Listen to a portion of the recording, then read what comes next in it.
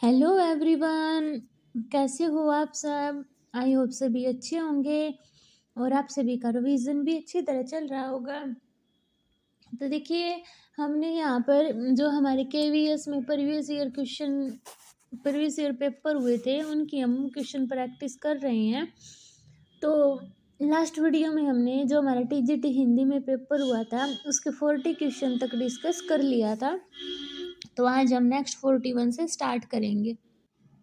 तो देखिए, 41 क्वेश्चन में अपना पेडालॉजी के क्वेश्चन अपने स्टार्ट होते हैं।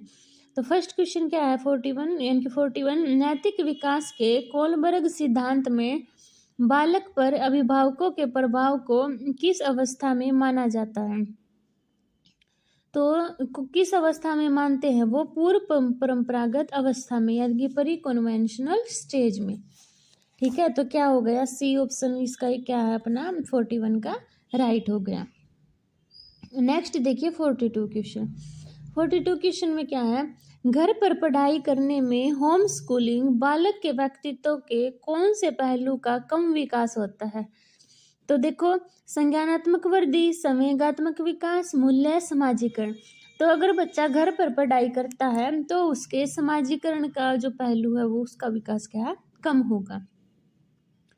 43 क्वेश्चन देखिए, किशोरों के संज्ञानात्मक विकास को ध्यान में रखते हुए कक्षा में चर्चाओं और क्रियाओं में अधिमानत किस पर ध्यान दिया जाता है? तो ये आपका अंतर्दर्शी चिंतन पर ध्यान दिया जाता है। किस पे? यानी कि किशोरों में संज्ञानात्मक विकास को ध्यान में रखते हुए कक्षा में चर्चाओं और क्रियाओं में अधिमानत आपके अंतर्दर्शी चिंतन पर ध्यान दिया जाता है। नेक्स्ट देखिए आपका 44 क्वेश्चन। 44 में क्या है? एक अध्यापक यह पाता है कि उसकी कक्षा के किशोर छात्र अवलोकन के द्वारा सीखते हैं, तो इसे क्या कहते हैं?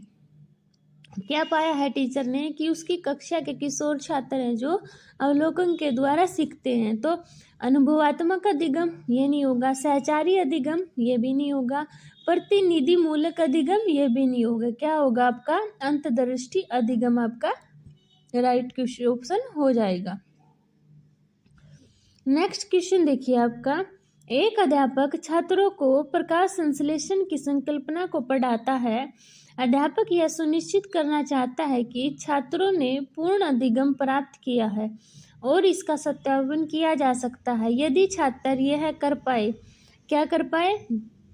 प्रकाश संश्लेषण की प्रक्रिया को परिभाषित कर पाए, प्रकाश संश्लेषण की प्रक्रिया को चित्र की सहायता से समझा पाए, या फिर प्रकाश संश्लेषण के सामाजिक निहितार्थ का वर्णन कर पाए जो बागान की आवश्यकता है, पोषण के एंटोट्रोफिक और हेटरोट्रोफिक तरीके के बीच अंतर कर पाए। तो क्या आएगा आपका? C answer. इनकी प्रकाश संश्लेषण के सामाजिक निहितार्थ का वर्णन कर पाए जो क्या आपका बागान की आवश्यकता है। सी ऑप्शन क्या आपका राइट है। नेक्स्ट क्वेश्चन देखिए, मानव विकास के संदर्भ में निम्नलिखित में से क्या गर्भ अवधि से शुरू होकर समस्त बाल्यकाल तक जारी हो रहता है? तो ये आपका संवेदी विकास जारी रहता है। ठीक है, संवेदी विकास है जो गर्भ अवधि से शुरू होकर समस्त बाल्यकाल तक जारी रहता है। नेक्स्ट, मानव में सामयिक विकास की प्रक्रिया होती है। तो मानव में सामयिक विकास की प्रक्रिया आपकी रेखिक यानी कि लीनियर होती है। नेक्स्ट क्वेश्चन देखिए आपका, मानव में निम्नलिखित में से कौन सा कभी न समाप्त होने वाली प्रकृति का है?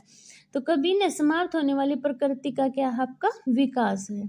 नेक्स्ट क्वेश्चन, संकल्पना की दृष्टि से वृद्धि और विकास शब्द क्या है आपके? एक समान है, भिन्न है, विपरीत है या पराय है? तो संकल्पना की दृष्टि से वृद्धि और विकास शब्द क्या है आपके? भिन्न है, यानी बी ऑप्शन क्या आपका राइट है। नेक्स्ट क्वेश्चन, अनुक्रमिकता का अर्थ है कि विकास होता है। तो अनुक्रमिकता का क्या अर्थ है? विकास कैसा होता है आपका? रेखीय होता है। 51 क्वेश्चन, निम्नलिखित में से कौन अधिगम का एक स्तंभ है?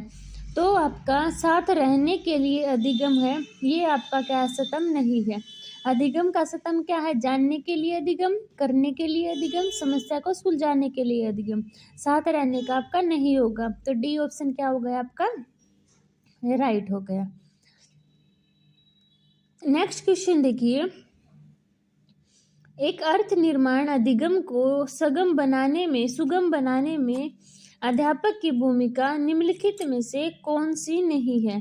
तो कौन सी नहीं है आपकी? क्रिया के संबंध में प्रत्येक विद्यार्थी के पूर्व अनुभव की परवाह न करना, ये आपका क्या है? नहीं है। ठीक है, अभी देखिए 53 क्वेश्चन।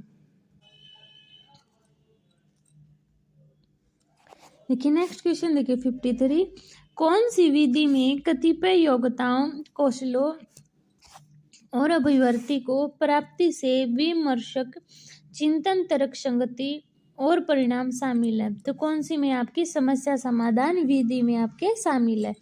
यानी कि सी ऑप्शन क्या आपका राइट है। नेक्स्ट देखिए, अवलोकनात्मक अधिगम को किसके द्वारा बढ़ावा नहीं दिया जा सकता है? तो अवलोकनात्मक अधिगम को पुरस्कार प्रदान करके नहीं। अच्छा, पुरस्कार प्रदान करके तो बढ़ावा दे सकते हैं ना। विद्यार्थियों के साथ ऐसे अधिगम के परिणाम पर चर्चा करके, ये भी सही है। अभ्यास करने से बचना तो हमें है ही नहीं, जितना अभ्यास करेंगे उतनी तो हमारी प्रैक्टिस होगी, है ना। तो सी ऑप्शन क्या हो गया? राइट हो गया। 53 देखिए, पाठ्यचर्या के निर्माण में निम्नलिखित में से किस उपागम का सामान्यतः प्रयोग नहीं किया जाता है? तो पाठ्यचर्या के निर्माण में हमें अध्यापक केंद्र यानी कि टीचर सेंटर का प्रयोग नहीं होता है। टीचर को तो हमें सेंटर्ड बनाना ही नहीं है। ठीक है, 56 क्वेश्चन देखिए, निम्नलिखित में से कौन सा कथन सही नहीं है? तो क्या है? दक्षता एक अधिगम उद्देश्य होती है, ये बात आपकी सही है। दक्षताओं का मूल्यांकन किया जा सकता है, ये भी सही है। दक्षता प्राप्त करने हेतु क्रियाएं करना महत्वपूर्ण है, यह बात भी सही है। दक्षता आधारित उपागम में उपचारात्मक शिक्षण की कोई भूमिका नहीं है, यह बात आपकी क्या है? गलत है। ठीक है, तो डी ऑप्शन क्या हो गया आपका? राइट हो गया। नेक्स्ट क्वेश्चन देखिए, निम्नलिखित में से कौन सा कथन सत्य है? बालक एक समय पर 2 या अधिक भाषाएं सीख सकता है, ये बात आपकी सही है। तो ये ऑप्शन ही आपका राइट होगा। ये पढ़ना और ऑप्शन भी रीड करो। छात्रों की गृह भाषा उनके औपचारिक अधिगम में गंभीरता पूर्वक हस्तक्षेप कर सकती है और इसलिए उसे शिक्षा का माध्यम नहीं बनाया जाना चाहिए, ये बात आपकी गलत है। तरीय भाषा सूत्र को लागू करने से प्रणाली में जटिलता पैदा हो सकती है, ये भी गलत है। बहुभाषावाद को भारत में एक संसाधन के रूप में प्रयोग नहीं किया जाना चाहिए, ये भी गलत बात है, हमें प्रयोग करना चाहिए। नेक्स्ट क्वेश्चन देखिए, निम्नलिखित में से क्या अनुभवात्मक अधिगम का एक प्रबल पक्ष नहीं है? तो क्या नहीं है आपका? कठोरता नहीं है। नेक्स्ट, किसका प्रयोग करके मात्रात्मक डाटा का सर्वोत्तम विश्लेषण किया जा सकता है? तो किसका प्रयोग करके किया जा सकता है? प्रश्नावलियां का प्रयोग करके किया जा सकता है, इनकी बी ऑप्शन क्या है आप सभी का? राइट है। नेक्स्ट क्वेश्चन देखिए, निम्नलिखित में से क्या मूल्यांकन के एक अच्छे उपकरण की विशेषता नहीं है? विश्वसनीयता, अबोधगम्यता, वैधता, वस्तुनिष्ठता। तो कौन सा है जो मूल्यांकन के एक अच्छे उपकरण की विशेषता नहीं है? अबोधगम्यता आपकी विशेषता नहीं है। 61 क्वेश्चन, अधिगम का आकलन का मुख्य उद्देश्य क्या है? तो अधिगम का आकलन का मुख्य उद्देश्य आपका अधिगम के उत्पाद है, यानी कि डी ऑप्शन आपका राइट है। नेक्स्ट क्वेश्चन, निम्नलिखित में से क्या अधिगम के लिए आकलन का एक सिद्धांत नहीं है? विद्यार्थियों को प्रभावी फीडबैक का प्रावधान, ये तो है आपका। समूह आकलन का सिद्धांत, ये भी है। अंतिम परीक्षा परिणाम पर ध्यान देने का सिद्धांत, ये भी है। सहपाठी आकलन का प्रावधान आपका नहीं है, यानी कि सी ऑप्शन क्या हो गया आपका? राइट हो गया। नेक्स्ट क्वेश्चन, कक्षा 8 के छात्रों को ज्योमितीय प्रमेय पढ़ाने के लिए निम्नलिखित में से कौन सी विधि सर्वाधिक वांछनीय है? तो इसमें आपकी यानी कि विद्यार्थियों को ज्योमेट्रिकल थ्योरम पढ़ाने के लिए कौन सी कक्षा 8 के विद्यार्थियों को तो कौन सी सर्वाधिक विधि वांछनीय है आपकी? व्याख्यान सह प्रदर्शन विधि। नेक्स्ट क्वेश्चन, एक अध्यापक छात्रों में एक दी गई कहानी का सार लिखने के लिए कहता है, वह किस शैक्षिक उद्देश्य का प्रशिक्षण कर रहा है? तो वो आपको संश्लेषण का प्रयोग कर रहा है। नेक्स्ट क्वेश्चन, कक्षा में किसी छात्र के गलत उत्तर से निपटने का सर्वश्रेष्ठ तरीका क्या होगा? विषय के बारे में एक बार पुनः बताना? नहीं। छात्रों को यह बताना कि उत्तर गलत है? नहीं। दूसरे छात्र से सही उत्तर चयन करने के लिए कहना? नहीं। स्पष्ट करना और उसे उत्तर देने का एक और अवसर देना, ये आपका सर्वश्रेष्ठ तरीका है। ठीक है। नेक्स्ट क्वेश्चन देखिए, विविधता के संदर्भ में कौन सा अंतर समूह विभेदीकरण का उदाहरण है? तो विविधता के संदर्भ में कौन सा आपका विद्यालय के शिक्षक और गैर शिक्षक स्टाफ। ठीक है। नेक्स्ट क्वेश्चन देखिए, निःशक्त व्यक्ति अधिनियम 1995 के अनुसार निःशक्त व्यक्ति का अर्थ है कोई व्यक्ति जो निम्नलिखित में से कम निःशक्तता से पीड़ित ना हो, मतलब कि किसी निःशक्तता के 33%। 68 क्वेश्चन देखिए, निर्देशात्मक परामर्श की अवस्थाओं का सही क्रम क्या है? तो क्या होगा? पूर्वानुमान, विश्लेषण, निदान, संश्लेषण, परामर्श, अनुवर्तन। तो देखो इसको इंग्लिश में भी देख लेना, क्योंकि क्या है आपके नाम अलग भी हो सकते हैं पर इंग्लिश में सेम नाम आएंगे। क्या? Prognosis, analysis, diagnosis, synthesis, counselling और फॉलोअप। ठीक है। नेक्स्ट देखिए क्वेश्चन, निम्नलिखित में से कौन सा मामला यह दर्शाता है कि छात्र मानसिक रूप से स्वस्थ है?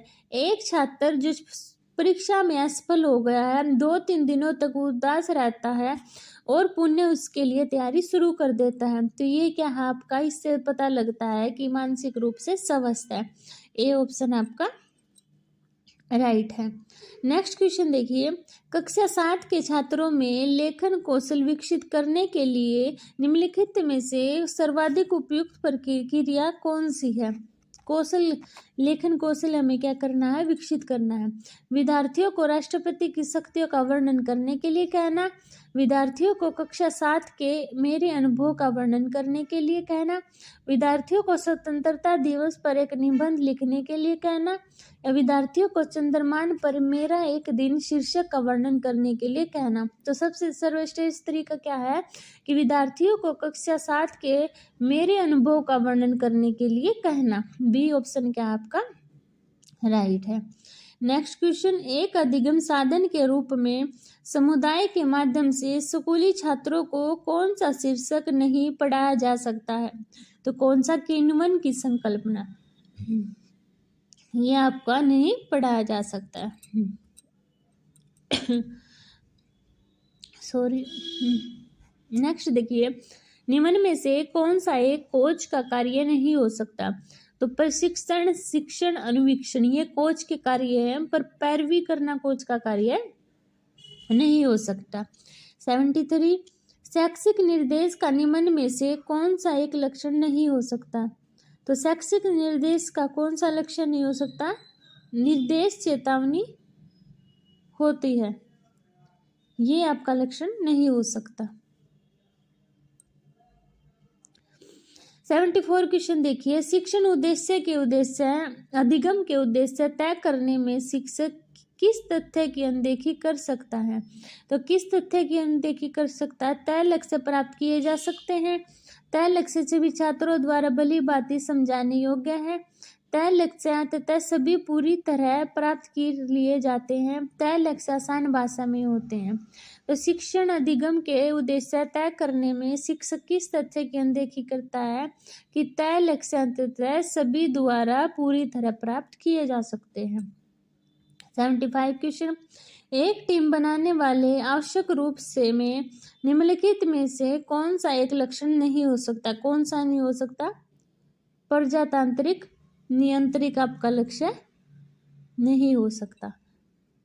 सी ऑप्शन क्या आपका राइट है। नेक्स्ट क्वेश्चन देखिए, स्कूल नेतृत्व का कौन सा कार्य नहीं है? तो स्कूल नेतृत्व का कौन सा कार्य नहीं है आपका? अधिगमकर्ताओं को खेल ट्रॉफी जीतने हेतु प्रेरित करना, निर्णयात्मक पर टिप्पणी करना, पाठ्यचर्या एवं पाठ्यक्रम से आगामी गतिविधियों में संतुलन बनाना, अच्छे स्कूल परिणामों की आकांक्षा करना। तो क्या है, स्कूल नेतृत्व का कौन सा कार्य नहीं होगा? निर्णयात्मक टिप्पणी करना, ये आपका कार्य नहीं होगा। नेक्स्ट 77 क्वेश्चन का है, एक ग्रामीण स्कूल हेतु दृष्टि निर्माण हेतु निम्न में से कौन सा एक सबसे कम सहायक हो सकता है? तो कौन सा हो सकता है? एक शैक्षिक भ्रमण आयोजक आपका सबसे कम सहायक हो सकता है। नेक्स्ट क्वेश्चन देखिए 78 क्वेश्चन, एक टीजीटी हेतु निम्न में से कौन सा एक शिक्षा का उद्देश्य नहीं हो सकता है? संविधान में शिक्षा वाले हिस्से को भली बात याद करना, ये तो हो सकता है। यातायात के नियमों को पालन करने का प्रशिक्षण देना, सभ्य नागरिक बनाने में सहायता देना, ये भी होता है। छात्रों को सोचने और तर्क करने का प्रशिक्षण देना, ये भी हो सकता है। पर बी आपका कि यातायात के नियमों का पालन करने का प्रशिक्षण देना नहीं हो सकता है। 79 NEP 2020 ने संपूर्णवादी शिक्षा की चर्चा में किस पर ध्यान देने को कहा है? शिक्षा व्यवस्था में छिद्रों को भरने पर, शिक्षा में अवसरों की समानता पर, सभी पक्षों ज्ञानात्मक, क्रियात्मक और भावनात्मक पर अपेक्षित बल देने पर, समस्त भारत के लिए समान पाठ्यक्रम बनाने पर। तो किस पर बोला है? कि सभी पक्षों ज्ञानात्मक, क्रियात्मक और भावनात्मक पर अपेक्षित बल देने पर। इनकी सी ऑप्शन आपका राइट है। नेक्स्ट देखिए 80 क्वेश्चन, स्वतंत्रता के पश्चात किस दस्तावेज ने सबसे पहले कंप्यूटर सीखने की बात कही थी? तो स्वतंत्रता के बाद पश्चात हमारे किसने कही थी? NEP 1986 ने कंप्यूटर सीखने की बात कही थी। तो ये आपके आज मैंने 40 क्वेश्चन पेडालॉजी के जो हमारे आते हैं वो डिस्कस करवा दिए हैं। कल हम 81 से स्टार्ट करेंगे जो हमारे हिंदी वाले पोर्शन में सब्जेक्ट में आए थे। आई होप सभी कोई क्वेश्चन क्लियर हुए होंगे। अगर फिर भी किसी बच्चे को डाउट होता है तो वो कमेंट सेक्शन में बता सकता है, मैं उसका डाउट क्लियर कर दूंगी। अगर आपको मेरी वीडियो पसंद आती तो प्लीज़ वीडियो को शेयर कीजिए, लाइक कीजिए, चैनल को सब्सक्राइब कीजिए। मिलते हैं नेक्स्ट वीडियो में, तब तक के लिए बाय बाय।